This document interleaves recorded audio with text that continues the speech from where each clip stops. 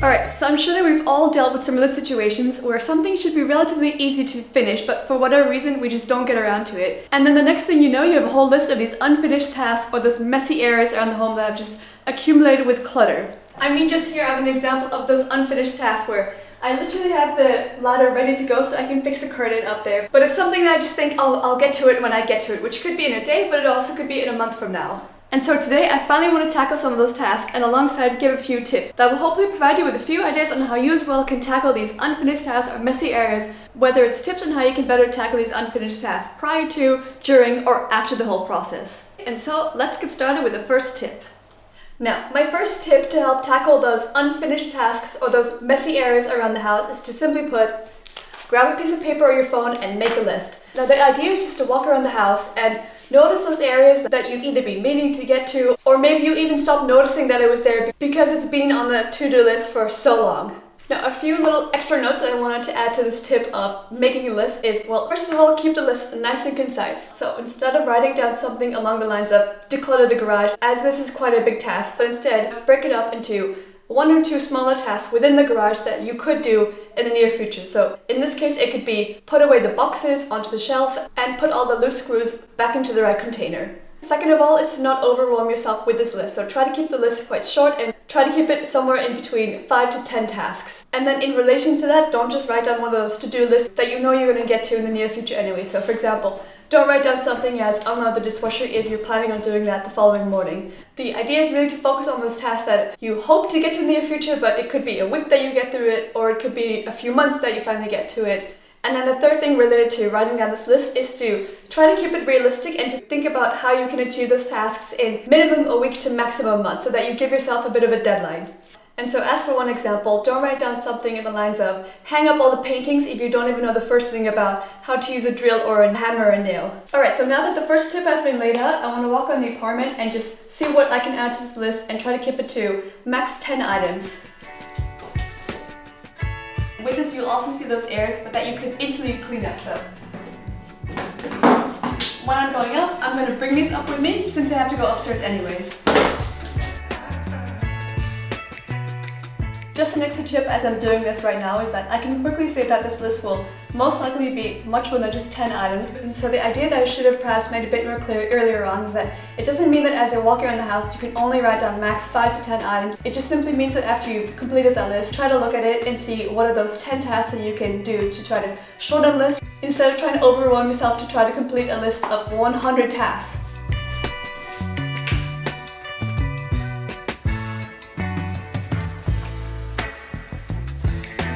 Okay, so the second tip after making that list is to start with something easy just to help build yourself a bit of momentum. And what are those easy tasks that you can try to instantly just get out of the way? So as for one example, in my case, I know that it should be relatively easy just to return this beer crate that has been laying here underneath this staircase for way too long. And so if I just put it by the doorway tonight, I know that tomorrow if I go for a walk, I can just pass by the supermarket and return this.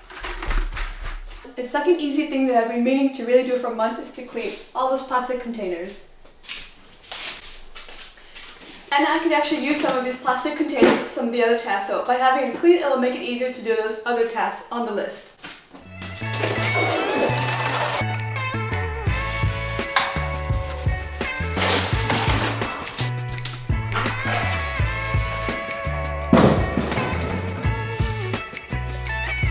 So the next tip is to remember that doing something is better than doing nothing at all. So if you have quite a big task that feels overwhelming, so instead of trying to think of it as one big overarching task, try to do at least something for it. And so one related example to this is that, well, I like to try to keep track of our finances. It's sometimes a bit hard to keep on top of that as we're on holidays. So after the holidays, the receipts just kind of accumulated, and I used to have all the receipts in one box, which just made the task feel even bigger and more overwhelming, as it just felt like it was going to take even longer to finally get through all of that. And so what has helped significantly is just to first of all categorize those receipts. So each portfolio now is a different holiday destination.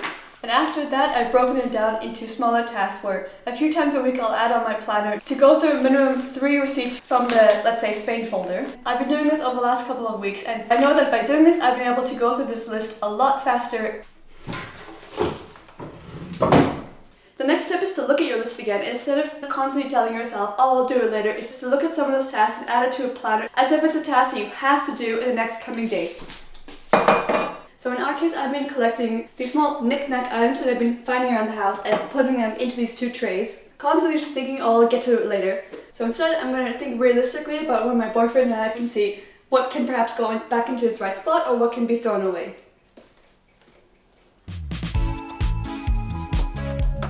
So the next tip relates to if you kept a project out thinking, I'll get to it someday, and you think that by living it out, it'll be a motivational factor to get to it sooner rather than later. But sometimes you might find that there's a project that you've just left out there for months and months, and sometimes I find that the longer you leave something out, the more acceptable it seems to delay that project. As what's the difference between living it out for just 1 more month? And the problem of leaving that task as a motivation to get it done later is that you'll probably just end up feeling more guilty each time you come across it and just think, oh, I still haven't gotten around to it. And it just creates a bit of clutter around the house. Whereas oftentimes I think that we forget how easy it can be just to grab those items back out the next time we really plan on tackling that task. And so a better tip would be really to give yourself a deadline and saying that by this weekend I'm going to clean it up, and if it's not done by that weekend, then just put the items away and add it to some kind of long-term to-do list. And so here's a classic example of this, is that I've left these tools out here for really months and months because I've been meaning to hang up these closet accessories, but it really just is not and has not been a priority for the last few months.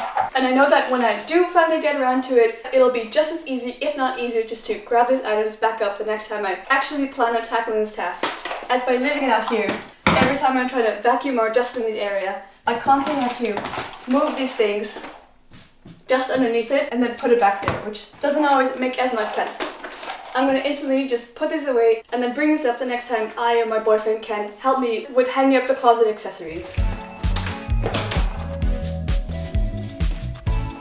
The next tip is to look at some of those problem areas of where perhaps things just easily clutter and see if you can build a better system around it or build some kind of timeline around it. So for example, you could add onto your planner every Wednesday you're going to go through at least some of the papers, preferably all of the papers that you've just left on the dining table over the week. And this could be a bit of a motivational factor to get through it sooner rather than just letting those papers accumulate and thinking, I'll get to it another day. So here with the packages is a good example in my case where sometimes I'm very on top of it and I'll get to it that day or the next day and I'll clean all of it up, whereas on other occasions I've left the packages here for weeks and weeks, but I want to try to be a bit better about it and give myself time in where each weekend on a Sunday I'll go through the packages and just clean them up. But since I'm here anyways, I can already clean up a few of these packages. So for example, these can go into the recycling. This is something that I want to install in the near future, and so this is a classic example of not just living out with the intention of I'll do it someday. And so now as I'll add it to my planner to every Sunday go through all the packages is to instantly try to install this item, and then if not, add onto the planner to really do it in the following week.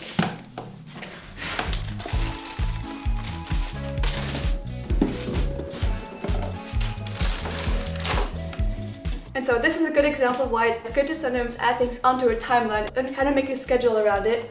Just now I found this box that has also been in the corner of this living room for months and months. And this other box that was also in the corner is another example of something that I even forgot that we were supposed to do, as it was in that corner for so long. So I'm going to add it to our planner to do this weekend and just finally get this thing out of the way, because all I have to do is just return it to the company.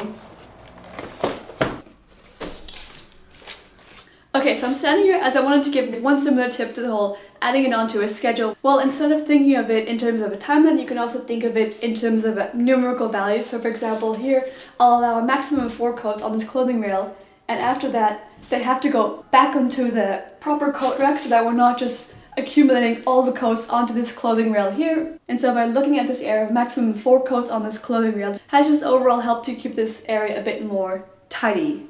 Now the following tip, if you want to get better at tackling some of those unfinished tasks of the problem area, is to not overcomplicate it. I'm often guilty of doing this where I won't tackle a task because something else needs to be organized or something else needs to be installed. And often with that it's easier to come up with excuses rather than just trying to tackle that task. And oftentimes the task ended up being way easier than we expected it to be. So this is a perfect example of this where I didn't want to just yet organize the items within the cabinet because I would think there are other things I still have to put away in the living room. And then before you know it, and then we're just accumulating more items into this cabinet and making it even more and more disorganized. Okay, so I'm a bit embarrassed to show the state of this cabinet, but just bear with me as it's the reality of it right now. Ta-da! So basically, you know, we keep some books that we like to look through, and I've also been trying to get into gardening, and so sounds a bit weird, but I've heard others say that it's useful to keep egg cartons and toilet paper rolls for those seedlings, as you can easily just throw them away afterwards, or better yet, they'll disintegrate into the soil. But the problem is that we've been clearly just chucking everything in here rather than trying to make a proper system out of it. So the plastic containers that I've cleaned earlier, I want to wait till they're fully dry and then place the gardening related items in those. Put them in the coat room instead of in the living room, and that will help to also make the space feel a bit more tidy.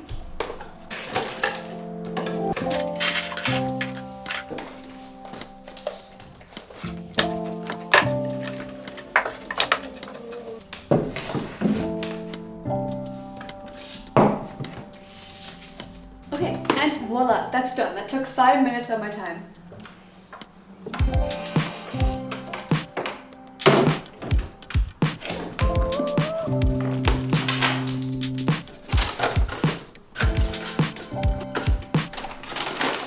Okay, so it's the following day and the plastic containers have finished drying, but I decided to instead just put them somewhere else and use these paper bags, which will be just as easy to put somewhere where they're close enough to still access but not taking valuable space in a cabinet in the living room. And it feels good to finally have this done.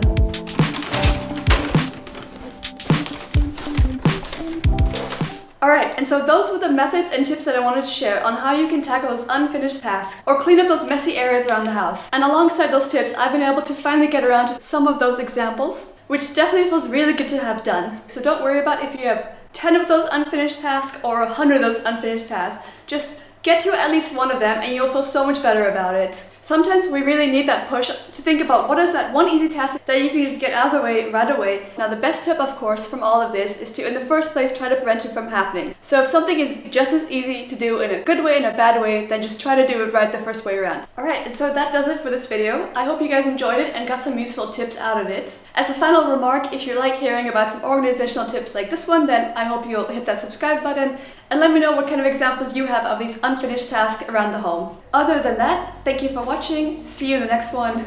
Bye.